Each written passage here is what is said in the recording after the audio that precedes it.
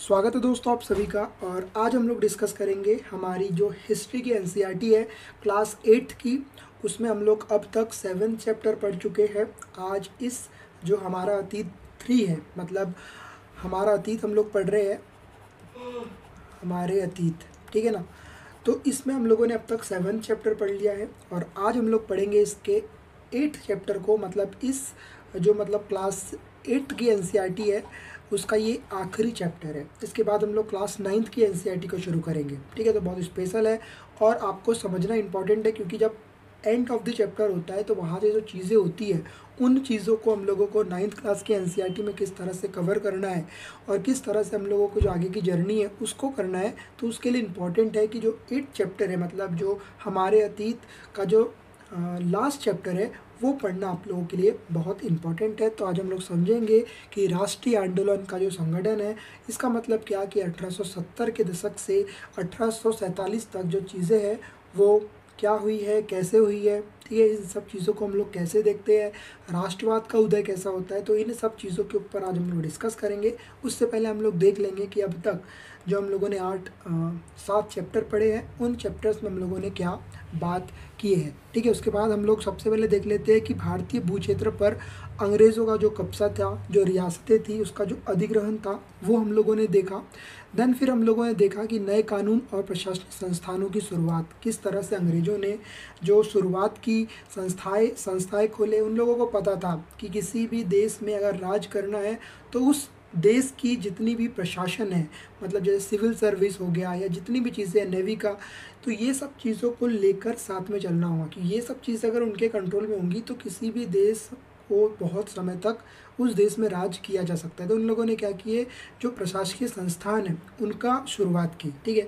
उसके बाद उन लोगों ने देखा कि किसान और आदिवासियों की ज़िंदगी में जो बदलाव आए, कि किस तरह से जो किसान थे वो लोग रोज़गार के लिए एक जगह से दूसरे जगह जा रहे थे, किस तरह से उन लोगों को प्रॉब्लम्स आ रही थी, कैसे लोग अपना जीवन जीते थे, क्या बेचते थे, क्या खरीदते थे, क्या उगाते थे। ये सब चीज़ें हम लोगों ने देखा कि किस तरह से जो किसान है मुख्य तौर पर जो हमारे देश के, उन लोगों का जो जीवन था उसमें किस तरह से बदलाव है। उसके बाद हम लोगों ने देखा कि 19वीं सदी के आते आते जो शैक्षणिक बदलाव है, लोगों को पढ़ाई न करने की आज़ादी, लड़कियों को घर से न निकलने देने की आज़ादी से लेकर वहाँ पर जो लोगों ने प्रयास किए उन प्रयासों को हम लोगों ने देखा। फिर हम लोगों ने देखा कि जो महिलाओं की स्थिति से संबंधित वाद विवाद, सती प्रथा देखा हम लोगों ने देखा कि किस तरह से जो महिलाएं हैं उनको केवल घर पर रहने की अनुमति थी, उन लोगों को बाहर जाने की अनुमति नहीं थी। तो वो लोग किस तरह से वहाँ पर पढ़ाई कर रहे थे।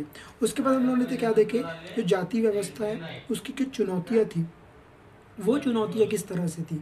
फिर हम लोगों ने देखा सामाजिक और धार्मिक सुधार, मतलब धार्मिक स्तर पर लोग क्या थे, सामाजिक स्तर पर लोग क्या थे, ये सब चीज़ों को हम लोगों ने देखा। फिर हम लोगों ने देखा कि 1857 का जो विद्रोह था और उसके बाद की जो स्थिति थी वो भारत देश में क्या हो रही थी। और उसके बाद हम लोगों ने देखा कि हस्तकालों का पतन और उद्योगों का विकास, इस तरह की जो चीज़ें हैं वो अब तक हम लोगों ने फर्स्ट से लेके 7 चैप्टर तक डिस्कस किया। अब हम लोग पढ़ने वाले हैं 8 चैप्टर। 8 चैप्टर इंपॉर्टेंट इसीलिए है क्योंकि अब जो चीज़ें हैं वो लगभग 1847, मतलब जो आज़ादी है उसके करीब पहुंच चुकी है। तो जब उसके करीब पहुंचेंगी तो चीज़ें इंपॉर्टेंट होते जाएंगी। यहाँ पे अब आप लोगों को जो ईयर्स है वो याद रखना है कि किन ईयर्स में क्या सब चीज़ें घटित हुई। तो इसलिए जो इम्पोर्टेंट है, इसीलिए भी जो इसकी इम्पोर्टेंस है वो बढ़ जाती है।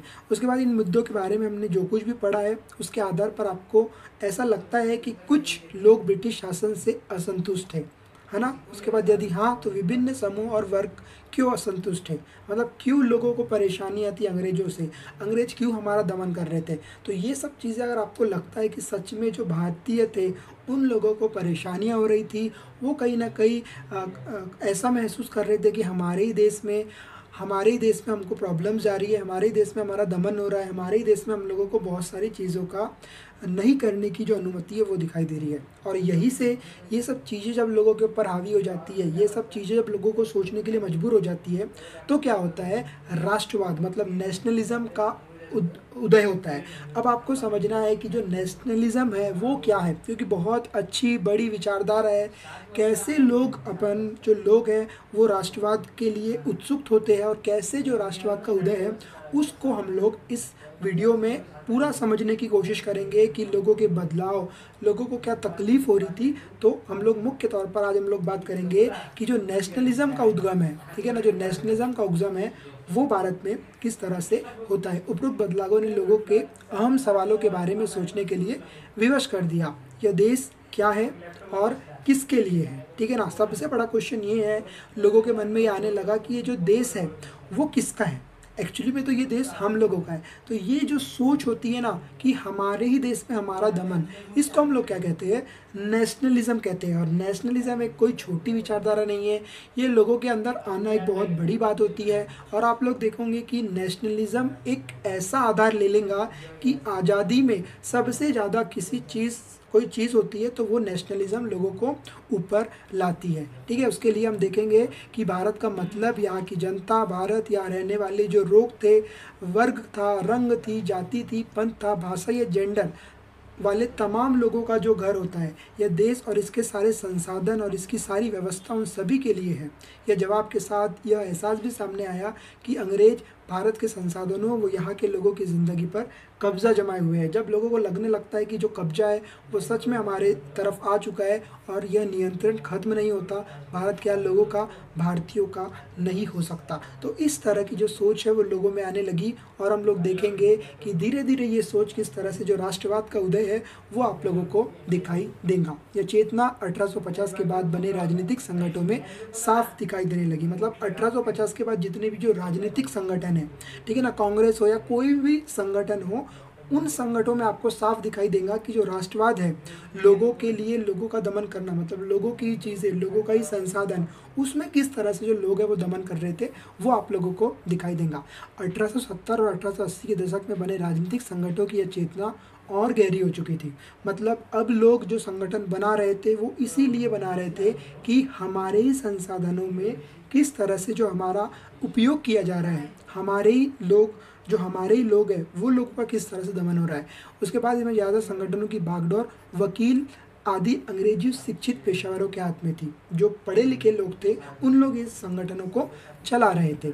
उसके बाद पूना सार्वजनिक सभा एक बहुत मुख्य संगठन है। इसको हम लोग को ध्यान में रखना है, क्या है, पूना। अभी ये पुणे हो चुका है, लेकिन अभी आपको ध्यान में रखना है कि जो है ये पूना सार्वजनिक सभा है। उसके बाद इंडियन एसोसिएशन, मद्रास महाजन सभा, बॉम्बे प्रेसिडेंसी एसोसिएशन और भारतीय राष्ट्रीय कांग्रेस। तो इन सब चीज़ों को आप लोगों को ध्यान रखना है कि ये संगठन किस तरह से आते हैं और ये पूरा एक राष्ट्रवाद का उत्पन्न करते हैं। ये प्रमुख संगठन थे। पूना सार्वजनिक सभा नाम को गौर से देखिए, मैंने आपको बताया कि इसको गौर से देखना है। सार्वजनिक का मतलब होता है सब लोग, सबके लिए, मतलब सर्व मतलब सभी, और जनिक मतलब लोगों का। हालांकि इनमें बहुत सारे संगठन देश के खास हिस्सों में काम कर रहे थे, लेकिन वो अपने लक्ष्य को भारत के सभी लोगों का लक्ष्य बताते थे। जो संगठन था वो जब काम कर रहा होता था तो वो बताते थे कि हम सभी के लिए काम कर रहे हैं। और अलग अलग हिस्सों में आप लोग देखोगे कि ये ऐसे जो संगठन है वो लगातार काम कर रहे थे और इनका जो लक्ष्य था वो क्या था कि हम सभी भारत के लोगों के लिए काम कर रहे हैं। वही सोच के साथ काम कर रहे थे कि संप्रभु हो, संप्रभुता आधुनिक विचार और राष्ट्रवाद का बुनियादी तत्व होता है। ये संगठन इस धारणा से चलते थे कि भारतीय जनता को अपने मामलों में फैसले करने की आज़ादी होनी चाहिए। आप लोग को पता नहीं होगा, लेकिन मैं आपको बताता हूँ कि जब हम लोग को आज़ादी नहीं मिली थी, तो जब हम लोग को आज़ादी नहीं मिलती थी तो लोगों का जो फैसला है वो लोग खुद नहीं ले पाते थे। जो प्रशासन अंग्रेज़ों ने बनाए थे, उन प्रशासनों में हम लोग इतने दब चुके थे कि जो हम लोगों को कोई भी तरह से आज़ादी नहीं थी। और इसी आज़ादी को हम लोग देखेंगे कि जो राष्ट्रवाद का उदय होता है और राष्ट्रवाद एक आज़ादी के रूप में किस तरह से परिवर्तित हो जाता है। तो 1870 और 1880 के दशकों में ब्रिटिश शासन के प्रति असंतोष और ज़्यादा गहरा हुआ और हम लोग देखेंगे कि 1878 में आर्म्स एक्ट पारित किया गया। अभी आर्म्स एक्ट क्या होता है ये भी समझते हैं। पारित किया जिसके जरिए भारतीय द्वारा अपने पास हथियार रखने का जो अधिकार था उसको छीन लिया गया। मतलब जो भारतीय थे उन लोगों के पास जो हथियार हुआ करते थे, तो आर्म्स एक्ट आता है और आर्म्स एक्ट ये जो हथियार रखने का अधिकार है, इस अधिकार को पूरे तरीके से रद्द कर देता है। अब आप लोग सोचो कि अपने ही देश में हम लोगों को यह भी आज़ादी नहीं है कि हम लोग जो हथियार है वो नहीं रख सकते। ठीक है, उसी के साथ वर्नाकुलर एक्ट भी पारित कर दिया जाता है। अब ये वर्नाकुलर एक्ट क्या होता है, जिससे सरकार की आलोचना करने वाले को चुप कराया जा सके। मतलब कोई अगर सरकार के विरुद्ध बोल रहा है तो उनको चुप कराने के लिए वर्नाकुलर एक्ट को भी पारित कर दिया जाता है। अब आप लोग सोचो कि अपने ही देश में ऐसे कानून बनाए जा रहे हैं जिन कानूनों के मदद से जो भारतीय हैं उनको ही कहीं ना कहीं रोका जा रहा है। ठीक है, इस कानून से प्रावधान थे कि अगर किसी भी अखबार में कोई आपत्तिजनक चीज़ छपती है तो सरकार उसकी प्रिंटिंग सहित सारी संपत्ति को जब्त कर लेगा। मतलब आप लोग सरकार मतलब अंग्रेजी सरकार के खिलाफ किसी भी तरह से लिख भी नहीं सकते, और अगर आप लोग लिखते हो तो वर्नाकुलर एक्ट के तहत आप लोगों का जो प्रेस है, जो प्रिंटिंग मशीन है और आप लोग की जो संपत्ति है वो पूरी अंग्रेज सरकार द्वारा जब्त कर ली जाएंगी। तो इस तरह के जो कानून है वो लगातार बनाए जा रहे थे और धीरे धीरे लोगों को समझ में भी आने लगा था कि ये जो कानून है ये कहीं ना कहीं हमारा दमन करने के लिए बना रहे। 1883 में सरकार ने इल्बर्ट बिल को भी लागू कर दिया।